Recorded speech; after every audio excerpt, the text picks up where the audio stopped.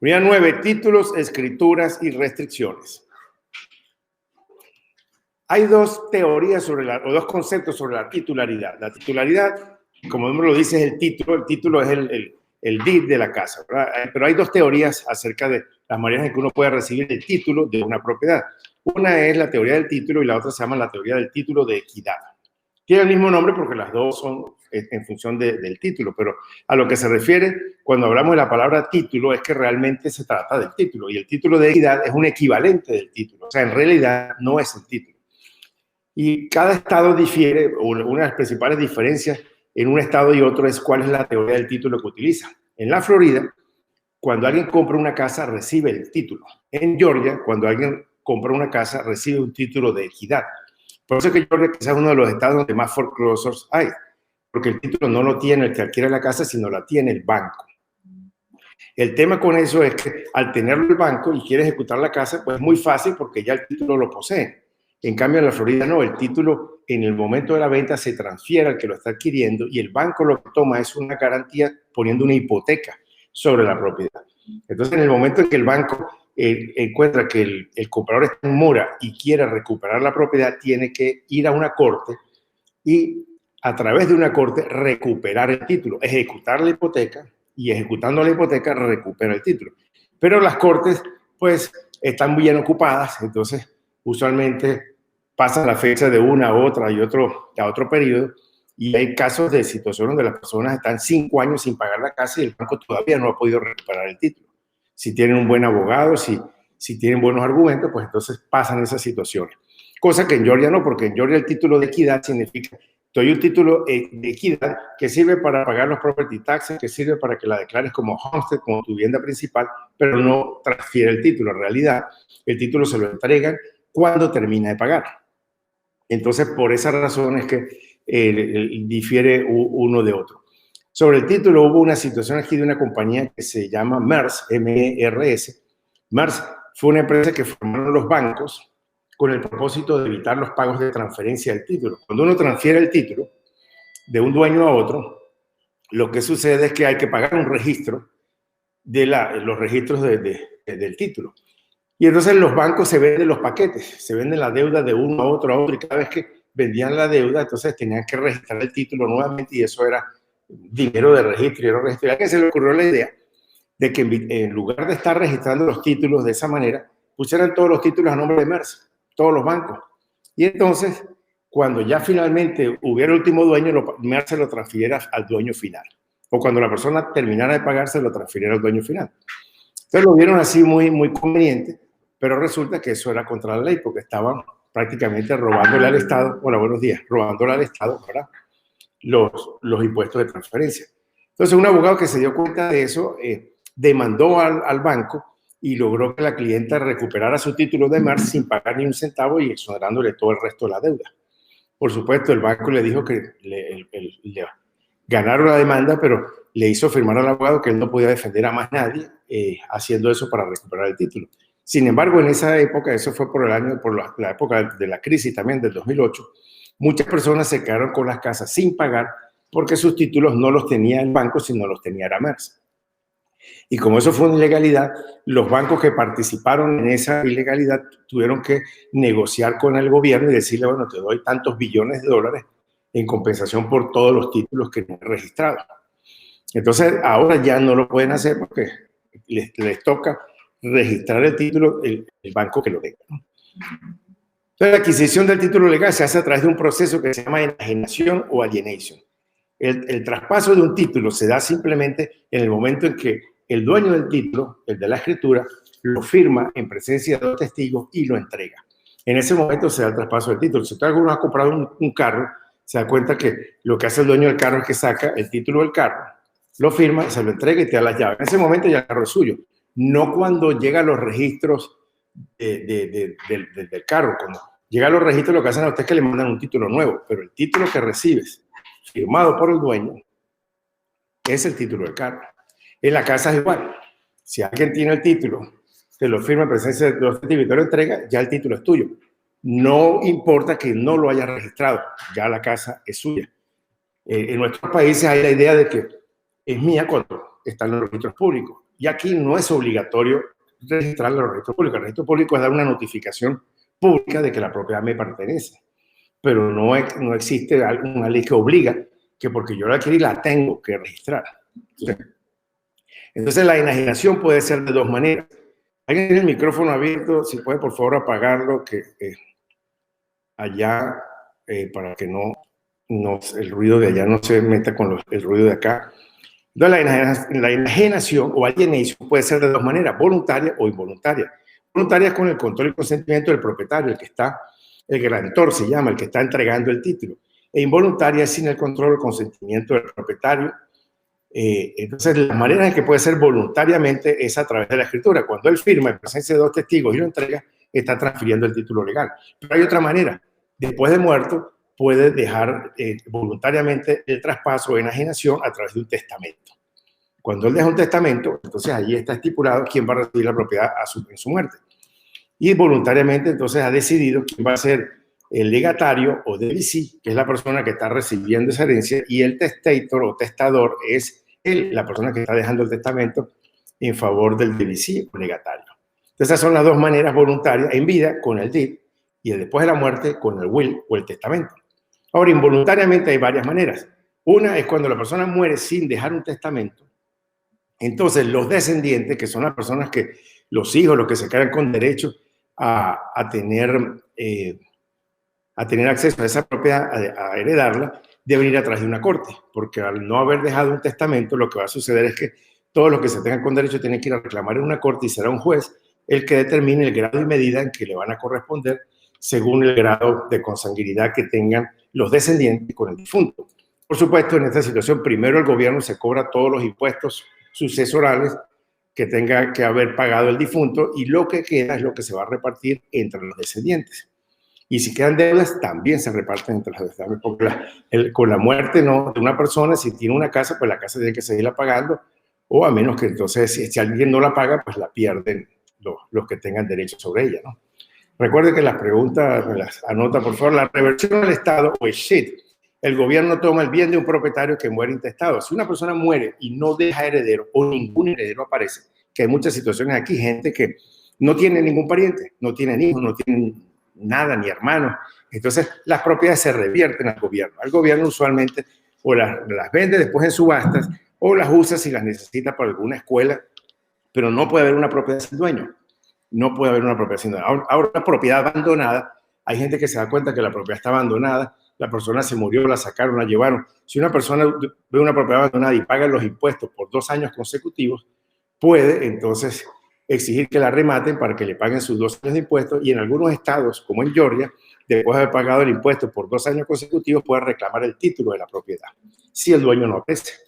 También vamos a ver ahora que en el proceso de usucapión o adverse possession, si una persona invade la propiedad y toma posesión de ella y la vive por 7 años, puede reclamar un título imperfecto y quedarse con la propiedad. La tercera es la expropiación. El eminent domain o expropiación es que da el derecho del gobierno a expropiar algo que le pertenece a una persona para fines públicos, como por ejemplo construir una carretera o ampliar una vía o construir una escuela. Nadie puede negarse al derecho que tiene el Estado de la expropiación. Lo único que uno puede reclamar es un precio justo. Si considera que el precio que están pagando por su casa no es un precio justo, puede entonces demandar al gobierno y exigir que paguen un precio justo. Generalmente el gobierno paga un precio arriba de lo justo porque prefieren pagar más dinero que tener demandas de abogados en contra del gobierno. Entonces, cuando un gobierno planea construir una nueva vía, por ejemplo, ahora en Georgia están haciendo un nuevo anillo vial y el presupuesto para construirlo son trillones de dólares, donde la mayoría, más de un 70% del costo, no es la construcción de la vía, sino es lo que tienen que pagar a los propietarios para expropiar sus propiedades por poder construir la vía. Y finalmente la usucapión o adverse possession es cuando el verdadero dueño no mantiene posesión, se ha descuidado, deja la propiedad abandonada y otra persona toma posesión del bien. Para que se dé la usucapión y alguien tome el título, tiene que darse el hot can. El hot can es el acróstico de hostile possession, o sea, la posesión tiene que haber sido hostil. La persona tiene que entrar por la ventana, una puerta, tiene que haber habido una real invasión, pero tiene que haber sucedido que él entró sin autorización del dueño. Tiene que tener una posesión abierta. Unos días, posesión abierta significa que la vive, la ocupa, tiene que pagar los taxes y tiene que hacerlo por 7 años, y después de que ha pagado los taxes y vivido en la propiedad por 7 años, puede reclamar un título imperfecto si ha tenido una notoria posesión pública del bien. Entonces, esas son el hostile possession, open, abierta posesión, los taxes tienen que haber sido pagados, reclama el título, tiene la adverse possession por 7 años y tiene una posesión pública del bien porque la vive. Dándose estas condiciones, entonces ya el dueño perdería la propiedad. Si pasan 7 años donde ha permitido que alguien más pague los impuestos. Hay 2 tipos de notificaciones, y esta es una de las cosas que más confunden en el examen, porque preguntan que alguien compra una casa, ¿verdad? Viene un estafador, saca una escritura y le vende en la mañana la casa a una persona, la firma, y en la tarde se la vende a otra. El que la compra en la mañana, él va inmediatamente y toma posesión de la casa. Cuando se muda, lo que da es una actual noticia, una notificación efectiva. Llegué y tomé posesión de la casa. Pero el otro, en lugar de tomar posesión, se va con su abogado y le dice, por favor, regístrame el título. El abogado se tarda 5 días en registrarlo. Lo que hizo correr el abogado fue una notificación presunta, un constructive notice, porque llevó a los registros públicos, esta casa es mía. Luego, cuando él regresa, se encuentra que el otro está viviendo dentro de la casa. Entonces, ¿de quién es la casa? ¿Del que se mudó el mismo día que la compró o del que la registró 5 días después? ¿Qué piensan ustedes? Todo el mundo piensa que la registró y eso no es correcto. Es del que lo hizo primero. No del que se mudó, del que lo hizo primero. ¿Y quién lo hizo primero? El que se mudó. Las 2 notificaciones tienen el mismo efecto legal, la misma prioridad. Cuando llegan los 2 ante el juez a pelearse la casa, el juez va a decir, ok, el mismo día sucedió la venta. La hora, desconocido, porque lo que está es la fecha. Pero lo que sí sabemos es quién lo hizo primero. Se mudó, es la casa suya. Al segundo lo estafaron, a pesar de que lo haya registrado. Las 2 notificaciones tienen el mismo efecto legal, idéntico efecto legal. Entonces, en realidad el que estafaron fue al segundo, porque la casa se puede vender una sola vez. Ahora, como uno puede pedir copia... Al firmar el título y entregarlo, ya te está confiriendo el derecho a la propiedad. El traspaso, por eso dije antes que el alienígena o traspaso se da en el momento en que el título es firmado y entregado por el grantor. Entonces, las 2 tienen, pero en nuestros países tenemos la tendencia a creer que hasta que está registrada es que, y eso no sucede el día del cierre. El día del cierre uno firma todo y el abogado toma unos días después para que eso se lleve a los registros públicos. Muchas personas ni siquiera lo llevan a los registros públicos porque no quieren que la gente sepa que la casa les pertenece y lo hacen con posterioridad. No hay una obligación de hacerlo inmediatamente, pero es conveniente por lo que acabo de explicar. Si alguien entonces tomó posesión antes de que uno lo haya registrado, entonces la casa le pertenece y esa es una de las cosas que podría proteger el título, un seguro del título. Un seguro del título podría protegernos contra que alguien haya hecho una estafa con el título, si el seguro del título lo contempla. El título, pues, cuando un abogado va a ver la condición del título, a ver si el título es transferible, generalmente el abogado lo que ve es que el título sea marketable, llaman, que es mercadeable, que es vendible. Entonces lo que revisa es que el título no tenga ninguna situación inválida, como por ejemplo que le falte una fecha, que la dirección no esté correcta, que la descripción legal no esté completa. Y para revisar eso, la cadena del título, pues es toda la historia sucesiva del título desde que la propiedad existe. Hay gente realmente que dice, no, pero la casa es nueva, ¿para qué vas a preocuparte por el título si el título lo acaban de hacer? Bueno, eso puede ser cierto en relación a la propiedad, pero no en relación a la tierra. La tierra está ahí desde que el país existe, que ya son más de 244 años. Entonces, esa sería la cadena completa del título. Pero a un abogado no le interesa los 244 años pasados. Van a revisar solamente un resumen del título que se hace por los 30 años anteriores. Ahora, eso tiene un costo porque el abogado tiene que enviar a un extractor, a una persona que va a los registros públicos, que paga para que le dé los 30 años pasados. Y entonces eso lo lleva a la oficina y el abogado revisa toda la secuencia de transferencias, no solamente la última, porque puede haber sucedido que hace 10 años se haya hecho una transferencia donde la persona eran casados y ahora la mujer está reclamando porque el marido vendió sin el permiso de ella. Entonces son las cositas que en ocasiones pueden detectar o puede ver que existan liens, gravámenes sobre la propiedad. Alguien mandó a hacer una reparación, cambió la cocina, no le pagó al contratista, el contratista puso un lien y entonces ese lien tiene que ser pagado antes de que la propiedad sea vendida. Entonces todas esas cositas son las que revisa un abogado y finalmente que el título sea comerciable, y un agente de real estate no puede dar opiniones del título. Si alguien le pregunta, mira, ¿tú qué crees del título? yo no sé del título, eso hay que preguntárselo a un abogado. ¿Qué piensa del techo? Yo no sé del techo, hay que preguntárselo a un home inspector, porque cada quien es especialista en el área que corresponde, ¿no? Entonces, el abogado que hace esto es el que revisa el título. Ahora, muchas veces esto nos retrasa la venta. ¿Por qué? Porque hay abogados que dejan esto para último minuto. Están esperando hasta que les llegue el paquete del banco de que ya el préstamo está aprobado, que todo está listo, y en ese momento es que ordenan entonces el título.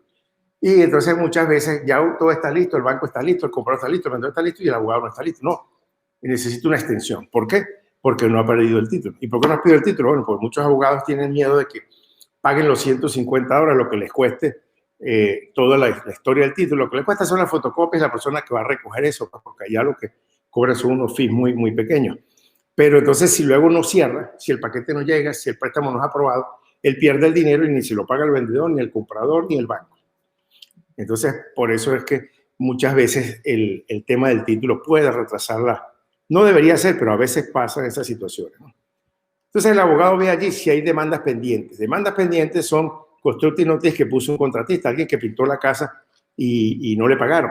A veces se da el caso que el contratista recibió el pago, pero el contratista no le pagó al subcontratista. Entonces, es el subcontratista que pone el link. Por eso que mucha gente aquí en los Estados Unidos quiere que el que haga trabajos tenga seguro y tenga licencia. Porque si tiene seguro, pues tiene alguien a quien reclamarle. Y si tiene licencia, pues sabe que está haciendo bien su trabajo. En todo caso, en los registros, alguien que haya hecho una labor en una casa y no lo hayan pagado, tiene 180 días para poner un lien y tiene que renovarlo cada año. Pero si el lien está presente y está vigente, la propiedad no se puede vender sin haber pagado ese lien anteriormente. El seguro del título tiene dos partes, o más bien hay dos seguros del título. Un seguro del título que protege al dueño y un seguro del título que protege al banco, al lender. El seguro del título que protege al dueño generalmente lo paga el que está vendiendo la propiedad. O sea, el dueño está garantizándole al comprador, el título está limpio y por consiguiente generalmente es el mismo dueño el que paga ese seguro. Es una póliza que se compra el mismo día del cierre y vale más o menos $300, $350. Hay distintas compañías que lo venden. Y el seguro del dueño por lo que protege es al dueño. Y el seguro del banco protege al banco. Como el que está pidiendo el préstamo es el comprador, pues él es el que tiene que pagar el seguro que protege al lender o al banco. Ahora hay diferencia entre uno y otro. La del dueño, como está protegiendo al dueño, lo protege por el monto de la compra. Si la casa vale $500,000, el seguro del dueño se emite por el $500,000, mientras que el del lender se emite por el monto del préstamo. Si el monto del préstamo son $450,000, entonces lo va a proteger no por los 500 que vale la casa, sino por los $450,000 del monto del préstamo. Si hubiera una situación 5 años más tarde, una demanda en contra del título, al dueño le van a pagar el $500,000 que aseguró y al banco le van a pagar el saldo restante que tenga la deuda al cabo de esos 5 años, que a lo mejor son 440, pero no le pagan el monto del préstamo, sino el monto del saldo que le debe en ese momento el que compró la propiedad al banco. Otra de las cosas importantes es que el seguro del dueño no es transferible. En el momento en que el dueño vende, el seguro se cancela y es necesario que el nuevo comprador saque un nuevo seguro y se la pague el que está vendiéndole ahora. Mientras que la póliza del lender, como los bancos venden los paquetes, entonces sí es transferible. Una vez que el lender decide vender la deuda a otro banco, le transfiere el seguro del título a la otra persona. Entonces esas son las características. Ahora, Florida no obliga a tener un seguro del título. No es necesario. Una persona puede comprar una casa sin pagar el seguro del título. Lo que sí sucede por lo general es que si el comprador y el vendedor, si el comprador y el vendedor se niegan a pagarlo, no hay quien lo pague, entonces el abogado generalmente lo que hace es que sube el costo del cierre. Porque si no hay título, no hay seguro del título, a quien van a reclamarles a él, o a la compañía que hizo, a la compañía de título, o al abogado que hizo el cierre. Entonces, por lo general termina siendo lo mismo. Yo he visto situaciones donde el abogado iba a cobrar $700 por hacer el cierre, por ejemplo, y cuando llegamos al cierre, la dueña dijo, no, yo no voy a comprar el título. Entonces él dijo, bueno, entonces ahora los honorarios son $1,000. Y los otros 300 son para que él compre el título para protegerse. Entonces, al fin y al cabo, pues, dice que es opcional, no lo requiere, pero por lo general los abogados dicen, no quieren asumir el riesgo entonces de eso, y lo que hacen entonces es subir, al subir el riesgo, suben sus honorarios. Los titulares de licencia, o sea, los asociados, los sales associates y los brokers, primero tienen que obtener una validación legal del título emitida por un abogado antes de realizar o calificar o dar su opinión en relación al título. Que lo mejor es ni siquiera opinar, porque lo opine sea un abogado, ¿no? Entonces la póliza del propietario se emite por el precio de compra, protege al nuevo propietario y sus herederos, no es transferible y tiene una prima por única vez y por lo general lo paga el dueño, el que está vendiendo la casa. A menos que se especifique lo contrario, generalmente es así. La póliza del lender o del prestamista se emite por el monto del préstamo, protege al prestamista contra defectos en el título si se transfiere de banco a banco, lo protege por el saldo pendiente de la deuda. La mayoría de los prestamistas lo requieren, o sea que casi siempre es obligatorio porque el banco no quiere estar sin protección y tiene una prima por única vez y generalmente la paga el que está pidiendo el préstamo para proteger o garantizarle al banco el saldo de la deuda. El deed o escritura es un instrumento que traspasa el título. Tiene dos partes, el nombre del grantor, que es el que está otorgando el título, y el nombre del grantee, que es el que está recibiéndolo. Tiene que ser firmado por el grantor competente y 2 testigos. No tiene que ser firmado por el grantee. Esa es una pregunta muchas veces en el examen. ¿Quién firma el título? ¿Grantor y grantee? No, lo firma solamente el grantor y 2 testigos. El que recibe no tiene que firmarlo. Ahora, el que recibe sí tiene que aceptarlo. Tiene que haber y generalmente hacen el acknowledgement, atestaciones que lo firman delante de un notario público. Entonces, esa es la situación con relación al título. Una pregunta también que aparece muchas veces en el examen es que dice que un papá se pelea con el hijo. Discuten y entonces esa noche él decide desheredarlo. Entonces toma el título de la casa, lo firma en presencia de los testigos y lo pone a nombre de la iglesia. Y esa noche se muere de un infarto. A la mañana siguiente, el hijo se levanta y encuentra que el papá le dejó la propiedad a la iglesia. ¿De quién es la propiedad? ¿Del hijo o de la iglesia? De la iglesia. Del hijo. La propiedad es del hijo porque falló algo. Falló el entregarla. Él la firmó, pero al no entregarla y no estar el título en posesión de la iglesia, entonces el hijo puede destruir el título y decir, mi papá se murió, deme una copia del título. Entonces no le pertenece a la iglesia porque no se llegó a... para que haya el alienation, el traspaso, tiene que haber una entrega y una aceptación. No hubo una aceptación, la iglesia no recibe el título, entonces la iglesia no puede reclamar el título. Solo cuando hay traspaso necesita los testigos, no cuando hay una venta para dar el título. La venta es el traspaso. Cuando yo estoy vendiendo, estoy traspasando el título. En el momento que traspaso el título, lo firmo en presencia de los testigos y lo entrego. En ese momento se produjo la venta o el traspaso. Al cierre, entonces, el closing date tiene que llevar los testigos, entonces, para que... Están allí, sí, sí. Generalmente en el día del cierre, o el abogado, o un asistente del abogado, alguien ahí siempre tienen 2 testigos y siempre tienen un notario también para que notarice el documento. Ajá. Entonces, esa pregunta muy probablemente sale en el examen. Tienen que recordar que el que quedó con la propiedad es el hijo porque el traspaso no fue completado en el sentido que hubo una firma, pero no hubo una entrega, no hubo una aceptación, no fue entregado. ¿Cuáles son las cláusulas que tiene el deed?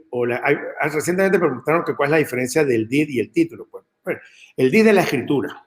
Deed traduce escritura. Título, hay diferencia es que hay dos teorías de la titularidad. El título, cuando es título, y el título que no es título, sino el título equitativo, el título equivalente.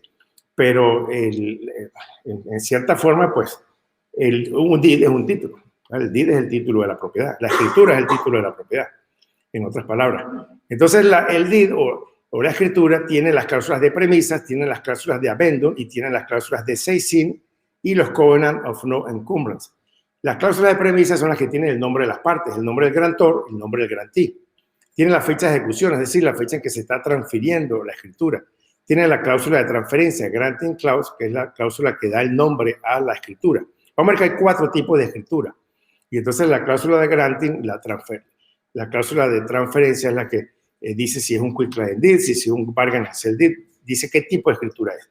Luego tiene la descripción legal de la propiedad, que no es solamente la dirección, es más allá de la dirección, también dice en qué libro se registró, en qué página, cómo se llama la subdivisión, y tiene la consideración dada de valor pagada por la escritura.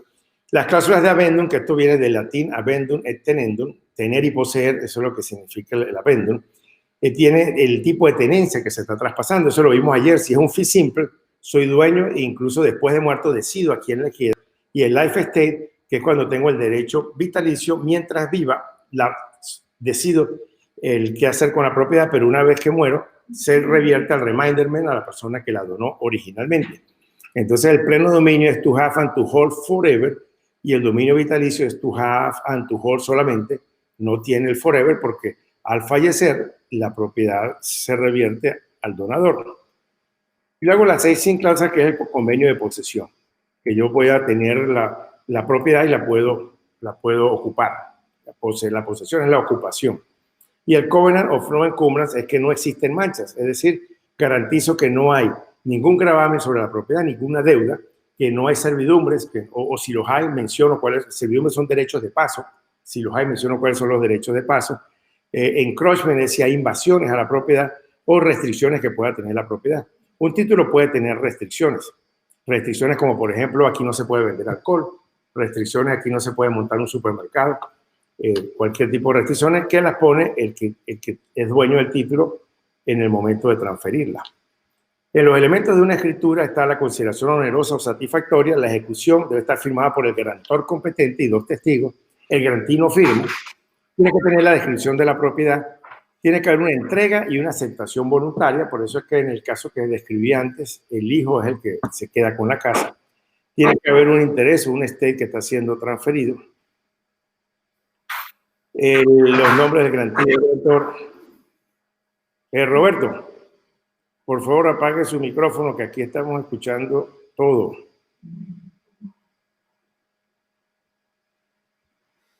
El nombre del garantor y el garantí, las cláusulas de cesión. Los tipos de DIT. Hay 4 tipos de DIT y están ordenados aquí de menor a mayor en cuanto a las garantías que ofrece. El Quick Claim Deed es una escritura de renuncia que no ofrece ningún tipo de garantía, mientras que la General Guarantee Deed, que es la última, es la que ofrece todas las garantías disponibles. Cuando uno transfiere la escritura, uno decide en la transferencia qué tipo de transferencia está otorgando.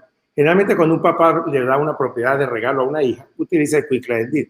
¿Por qué? Bueno, es un documento de una sola página. Simplemente firma él en presencia de 2 testigos y entrega. No se necesita un abogado. Ese Quick Claim Deed se puede conseguir en un Office Depot, se puede bajar de Google. Es un documento muy simple que no requiere de redacción específica de un abogado. Simplemente dice: yo renuncio al título en favor de tal persona.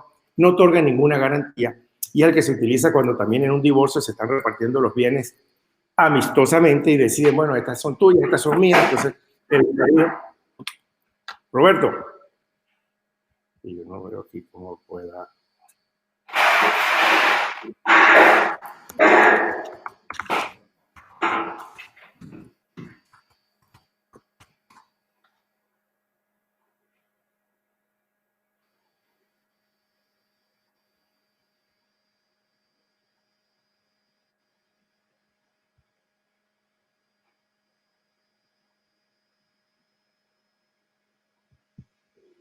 Yo tenía por aquí la capacidad de... ¿Ah? Aquí también había, pero no la veo. Entonces, ese es el Quick Claim Deed. Es un título de renuncia fácil y simple. Luego tenemos el Bargain and Sell Deed, escritura de compraventa. Esta escritura de compraventa es la que generalmente se utiliza cuando estamos vendiendo una propiedad donde funciona un negocio, un restaurante, un salón de belleza, una oficina, es la que generalmente se utiliza. No tiene ninguna garantía tampoco. El Special Guarantee Deed sí da una garantía, pero una garantía especial. Especial se refiere a que es por un periodo de tiempo. Una corporación, cuando vende una propiedad, un edificio de oficinas, una fábrica, garantiza el título por el tiempo que ellos fueron dueños, pero lo que pasó antes de que ellos fueran dueños no ofrecen ninguna garantía. En tanto que la General Guarantee Deed sí es la que ofrece todas las garantías, 3 garantías en particular que vamos a ver a continuación, y es la que los bancos exigen cuando están poniendo ellos financiamiento. Ahora, si por alguna razón hacemos la transferencia, el título, y no mencionamos cuál de las 4 va, la ley dice que entonces se considera que la transferencia que se está otorgando es un General Guarantee Deed, porque la ley quiere proteger al comprador. Entonces, si no se mencionó, la que se está otorgando por default, por omisión, es la General Guarantee Deed. El Quick Claim Deed, escritura de renuncia. El cesionista renuncia frente al cesionario a todos los derechos del título y el interés sobre el bien. Despeja problemas existentes o potenciales en el título. Tiene la palabra abandonar, liberar, renunciar. El cesionista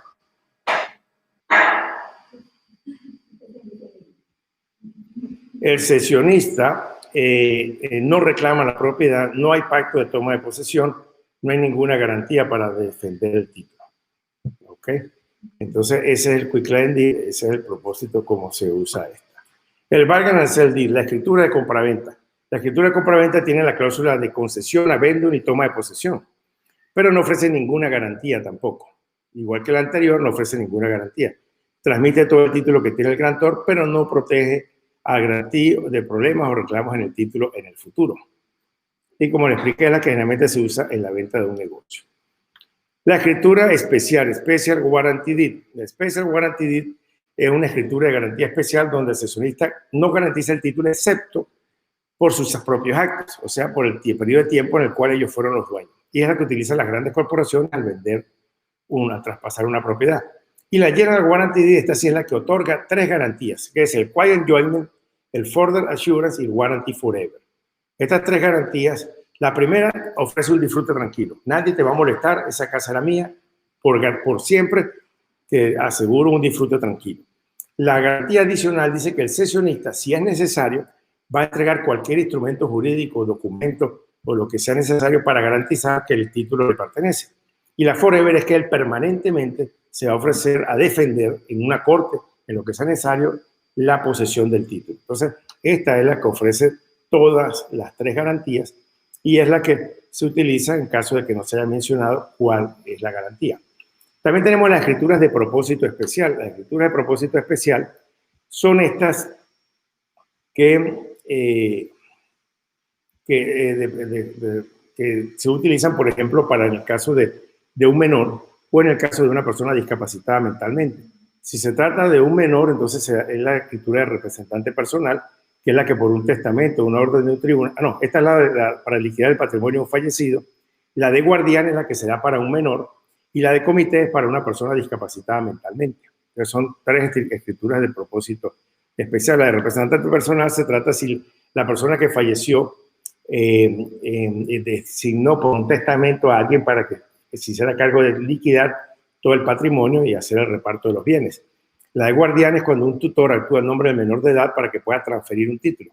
Como un menor de edad no tiene todavía la potestad legal de firmar, porque él podría anular los contratos, entonces un guardián es el que tendría que hacerlo en su nombre. Y la escritura del comité es cuando la persona se ha declarado fuera de su estado mental, entonces un comité es el que toma decisiones legalmente por alguien que está legalmente incompetente.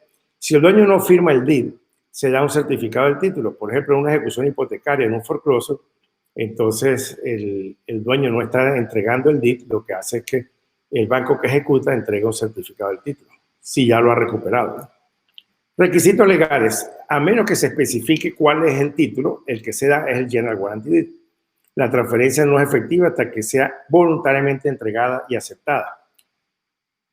Obviamente, pues tiene que ser aceptada también, porque ¿qué tal ustedes le están dando una propiedad de alguien que ustedes saben que tiene problemas con la ley?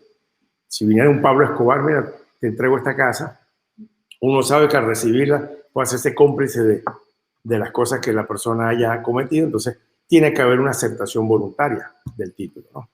Podría darse el caso que la persona no quiera aceptar el título de la propiedad. Las restricciones, hablamos que hay restricciones de la propiedad y hay 2 tipos de restricciones. Las públicas, que son puestas por el gobierno, y las privadas, que son puestas por personas.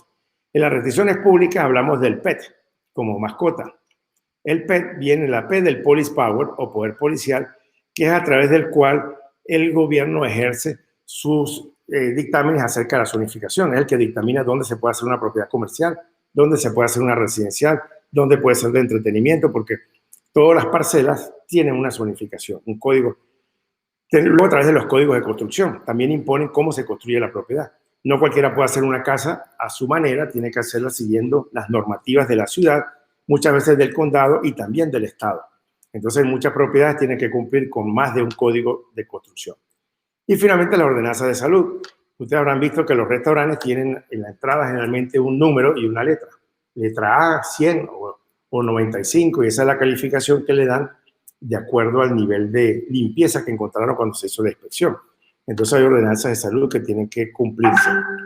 El eminent domain o la expropiación es por un precio justo. Si la persona cree que no le están dando un precio justo, puede haber un juicio de expropiación para reclamarlo.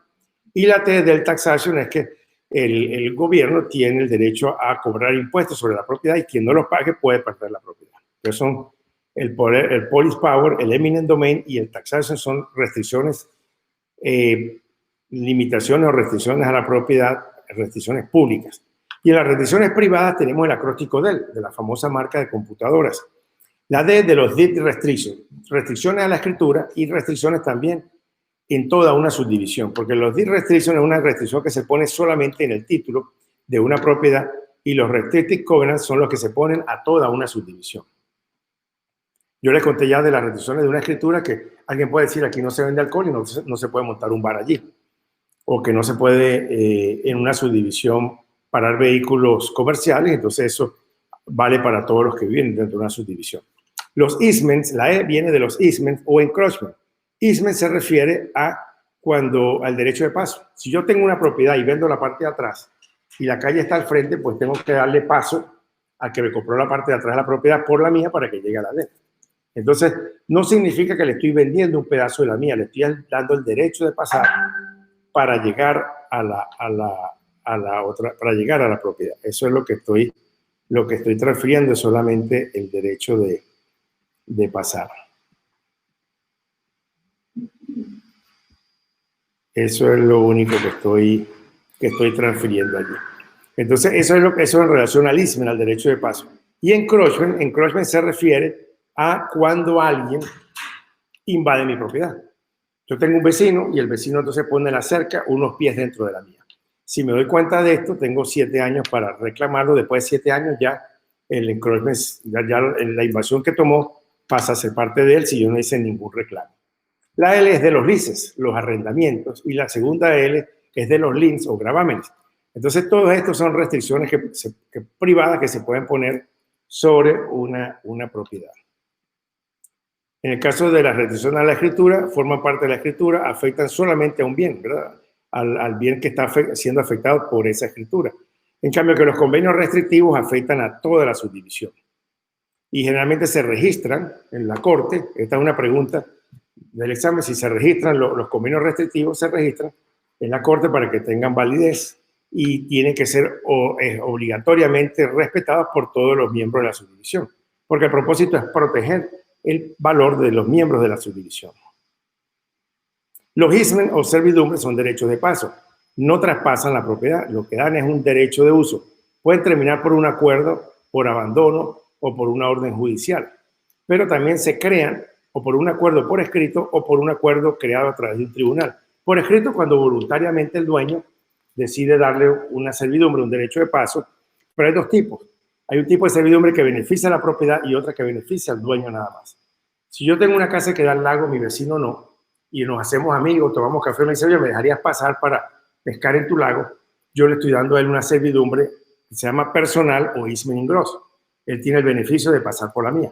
Pero en el momento en que venda su propiedad, ese beneficio no se le va a traspasar al nuevo dueño, porque él fue el que me cayó bien, a él fue el que se la di. No se la di a su propiedad.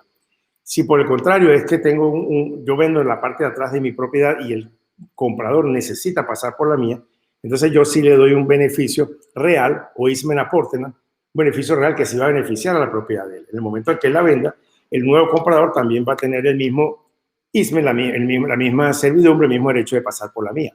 Y eso se pone por escrito y en la venta se traspasan toda la servidumbre. Esto es muy común en los centros comerciales que se conectan unos con los otros. Entonces, cuando se vende un shopping center, tiene el derecho de paso. A veces uno tiene el derecho de usar el estacionamiento del otro. Y todas estas son cosas que se ponen por escrito en la servidumbre. Pero si no me niego a darla, entonces él tendría que reclamarla a través de un tribunal. Y entonces, creado a través de un tribunal, la servidumbre por necesidad es cuando yo me niego a darle paso. Y entonces él va a un tribunal y dice, bueno, me vendió la parte de atrás, pero no me deja pasar. Y un tribunal, entonces, a un bien encerrado, le va a dar el derecho de paso por orden del tribunal.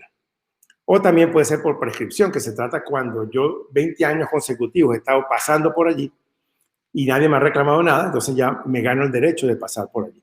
Eso se da en las fincas. En Florida hay muchas haciendas fincas que para llegar a una hay que pasar por varias propiedades, entonces tiene muchos easements. Si de pronto encuentro un atajo por otra finca y la uso por 20 años consecutivos, puedo reclamar en una corte que me den el derecho de paso porque ya la he usado por 20 años ininterrumpidamente. O sea, eso se refiere las servidumbres o los easements, derechos de paso.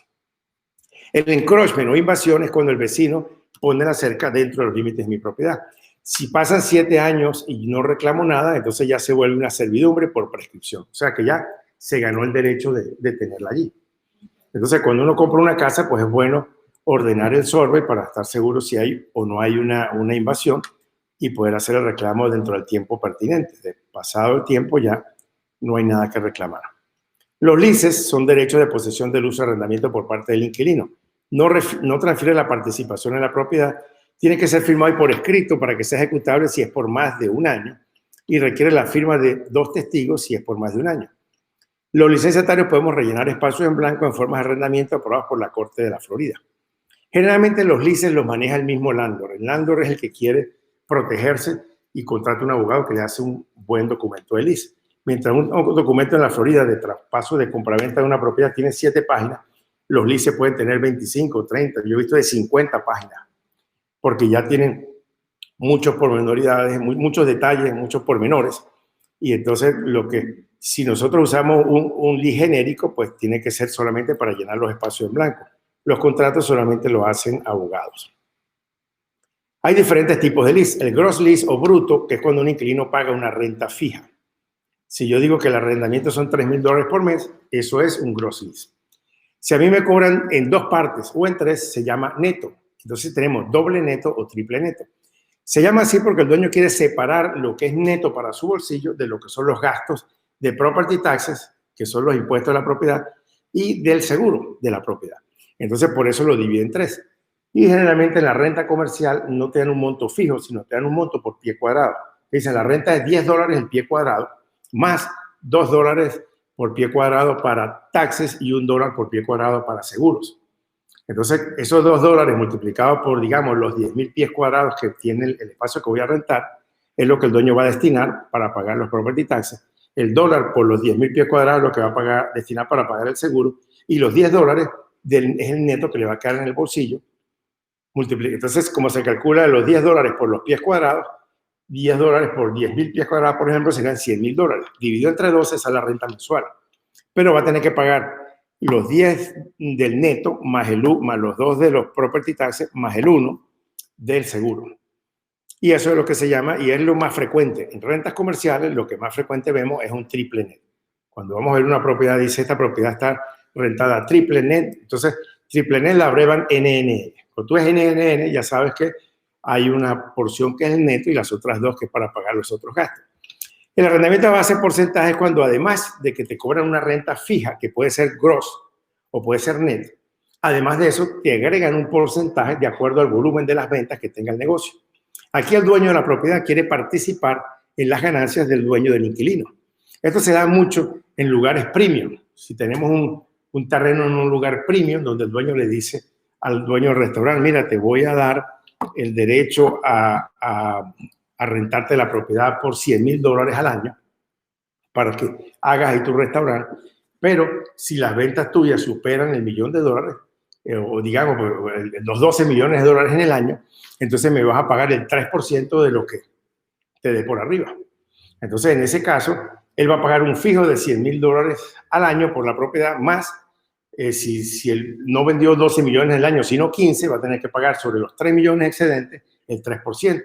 Entonces, tendría que pagar $90,000 adicionales a la renta base. Ese es un arrendamiento en base a porcentaje. Entonces, la base puede ser una tasa fija, gross, o una tasa variable, triple, pues más bien, no variable, sino triple, neta. Y esta es la que utilizan las grandes tiendas minoristas, cuando vemos un Louis Vuitton o lugares premium. Luego está el arrendamiento de suelos o el ground lease, que es cuando se hace un arrendamiento de tierras puede ser hasta 99 años. Las grandes corporaciones prefieren rentar la tierra, contratan a una compañía que construya el edificio y se los rente y pagan entonces arrendamiento de la tierra y del edificio. Para efectos fiscales consiguen mejores beneficios que si compraran la tierra y construyeran. Entonces, muchas cadenas de comida rápida y de farmacias utilizan el arrendamiento de suelos.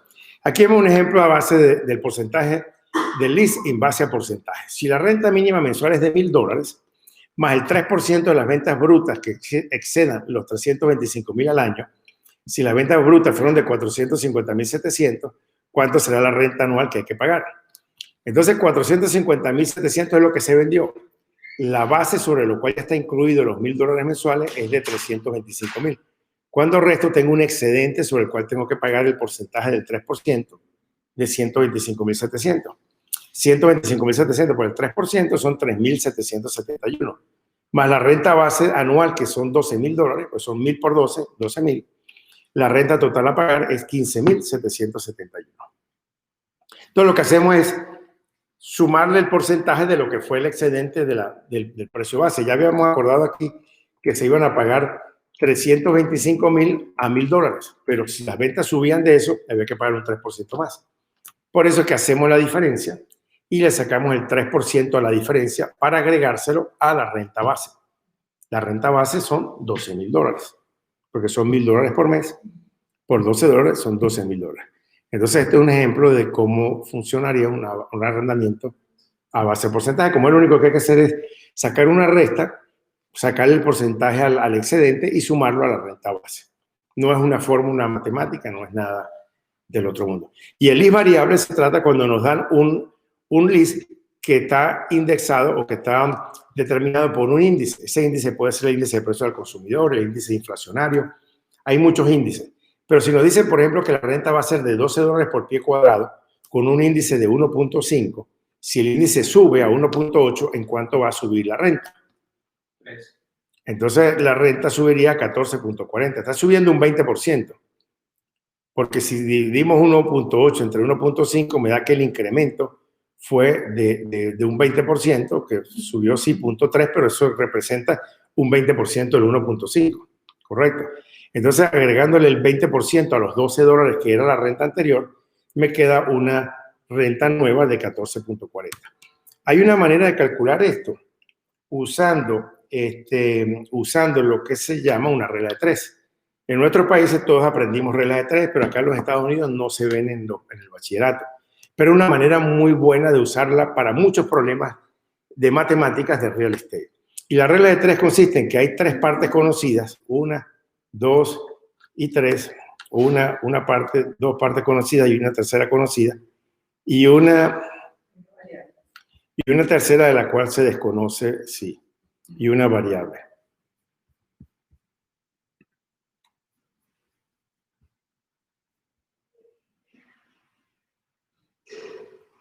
Y una variable.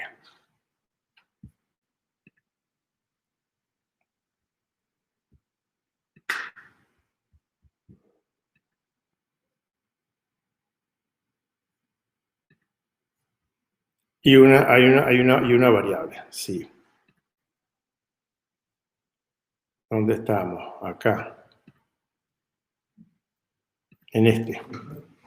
Entonces, y una variable. Entonces, esta variable se calcula multiplicando el 3 por el 2 y el resultado se divide entre el 1.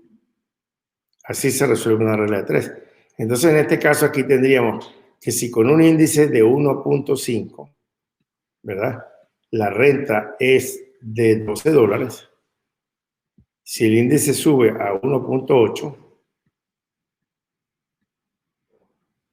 la nueva renta será 1.8 multiplicado por 12 dividido entre 1.5, que va a dar 14.4.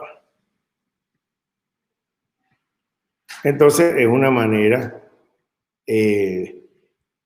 fácil de hacer de resolver muchos problemas de matemáticas de bienes raíces con la regla de 3.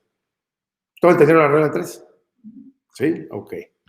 Bueno, entonces, ya que tienen la regla de 3, sigamos entonces. Otros términos relacionados con los leases. La asignación es diferente al sublease. El assignment o sublease o subalquiler son diferentes. En una asignación es cuando yo tengo un contrato de arrendamiento a 25 años y se lo cedo a otra persona. Esto sucede generalmente cuando vendo un negocio. Si yo vendo un negocio, tengo un negocio y ya he estado 5 años con él, me quedan 20 años por delante, cuando vendo el negocio traspaso el lease. Se hace una asignación, un traspaso de ese lease y entonces todo el plazo restante lo tendrá el nuevo dueño. Y en un subalquiler o un sublease hay dos maneras. Es una cuando yo rento espacios dentro de mi espacio. Yo tengo 15,000 pies cuadrados y entonces divido y rento espacios más pequeños adentro. O hago un arrendamiento por un periodo más corto del lease. Si me quedan 20 años, entonces solamente consigo un inquilino que me va a rentar por los siguientes 10. Y todavía yo tengo la obligación en los que vienen por delante. Esa es la diferencia. Los liens o gravámenes son derechos a tener cualquier deuda satisfecha por alguna propiedad poseída por el deudor. Eso es lo que es un gravamen, un derecho de que una deuda que exista y que haya ganado un deudor en una corte puede entonces poner un lien o un gravamen sobre cualquier propiedad que tengamos. El titular, el embargante, está autorizado a vender la propiedad para pagar la deuda del propietario embargado. Los gravámenes se tienen que registrar en los registros públicos dando un constructive notice. Entonces tenemos que hay varios tipos de gravámenes. Los generales que pueden afectar a todas las propiedades y los específicos que afectan a una sola en particular. Los judgment liens o gravámenes por sentencia en una corte es un gravamen que el afectado va a ir contra todas las propiedades que él tenga. Por eso es un gravamen general. Si una persona no ha pagado la IRS, entonces le van a dar un income tax lien, donde la IRS le pone un lien a todas las propiedades y ninguna se puede vender hasta que no le hayan pagado los taxes a la IRS, el propietario. Pero van a ir contra todas las propiedades que tenga la persona que tenga la deuda con el IRS. Y el Federal Estate Liens es lo mismo, pero son los gravámenes sucesorales por una persona que fallece, pone un lien sobre todas las propiedades hasta que se paguen los impuestos sucesorales del difunto. Entonces, estos tres son gravámenes generales porque afectan a todas las propiedades. Este a todas las propiedades que tenga el difunto, este a todas las propiedades que tenga el que tenga una deuda con el IRS, y el gravamen de sentencia, el que afecta a una persona que haya tenido una deuda y alguien le haya ganado en una corte un juicio, y entonces va a estar hasta que la deuda haya sido pagada o hasta por 7 años que tiene la durabilidad de una deuda. Y los específicos son los que afectan a una sola propiedad. Los property taxes afectan a la propiedad que no paga los taxes. Las que no pagan los property taxes, pues entonces pueden después de 2 años ser llevadas a remate y para pagar los impuestos de la propiedad. Los special assessments son gravámenes de evaluaciones especiales cuando la ciudad hace alguna mejora, como por ejemplo pavimentar una calle, poner alumbrado público. Entonces, en esos casos, la ciudad pasa un impuesto que no depende del valor de la casa, sino del valor de la mejora que se hizo, la calle que se pavimentó, el alumbrado que se puso. Pero obviamente que también lo tienen que pagar. Es un gravamen que va a afectar a la propiedad que fue beneficiada con ese special assessment. El mortgage lien o gravamen hipotecario es el que se pone para garantizar la deuda. Si yo pido un préstamo, acepto voluntariamente que me pongan una hipoteca en garantía del pago de la propiedad. Y el vendor liens es lo mismo, pero es un gravamen, es una hipoteca que pone el mismo vendedor. Yo vendo la casa, entrego el título, pero para protegerme pongo una hipoteca sobre la misma y entonces como soy el que estoy dando el financiamiento, se llama vendor liens o gravamen del vendedor. El mismo vendedor toma la hipoteca en su nombre. Y el gravamen a la construcción o construction liens o mechanic liens son los que ponen una contratista por una deuda no pagada, un servicio prestado de reparaciones de la propiedad. Y todos estos son gravámenes específicos que van a afectar a solamente la propiedad que está afectada, que está involucrada. Pero también se dividen en voluntarios e involuntarios. Los voluntarios son los que yo por voluntad propia acepto y firmo, como el gravamen hipotecario, que lo firmo para que me den el préstamo, o el gravamen del vendedor, que lo firmo para que el vendedor me dé el préstamo. Y los involuntarios son los que vienen por una corte, por una deuda no pagada, y me lo ganan, lo pone entonces un juez. El gravamen de impuestos lo pone el IRS, y los gravámenes a construcción que lo pone una contratista a la cual no se le haya pagado una deuda. Las prioridades de los liens, y esta es una pregunta frecuente en el examen. Hay liens superiores y hay los junior liens. El gravamen superior a todos los gravámenes es el de los property taxes. Los property taxes, si una casa por mucho tiempo, digamos, el dueño se desapareció y alguien vino y pagó los taxes por 2 años consecutivos, esa persona puede obligar a que la casa sea llevada a remate. En lo que la llevan a remate, la venta, el primero que recibe el dinero es el que pagó los property taxes. Después de allí, si queda dinero, se cobra en el banco. Bueno, los special assessments, que si la ciudad hizo o pavimentó una calle, después los impuestos sucesorales, y luego vienen todos los juniors que vienen por la fecha en que se registraron, de la más vieja a la más nueva. La más antigua cobra primero, la más reciente sí queda, cobra, si no es la que se queda sin recibir dinero. Entonces, todo lo superior, el más superior a todos es el impuesto, los property taxes o impuestos a la propiedad. luego las evaluaciones especiales, después los impuestos sucesorales y finalmente todos los junior liens se dan por la fecha en que fueron registrados en los registros públicos y de acuerdo a los acuerdos de subordinación. ¿Qué significan los acuerdos de subordinación? Los acuerdos de subordinación significan que un banco se subordina debajo de otro para que uno que tenga sea más reciente cobre antes que uno que sea más antiguo. Eso se da cuando un developer compra un terreno, pide un préstamo, luego pide otro para construir. Entonces, como el segundo vino después, según lo que manda la ley, el que cobraría primero sería el que prestó para la tierra. Pero fue como fue el que prestó menos, el banco que presta para la tierra acepta subordinarse, es decir, ponerse por debajo del otro y darle prioridad al que prestó para la construcción. Si la propiedad se va a foreclosure, el que primero cobra es el de la construcción porque el de la tierra aceptó subordinación, aunque tuviera el derecho primario porque fue el que primero prestó. Entonces, así es como funciona. Y bueno, hemos terminado.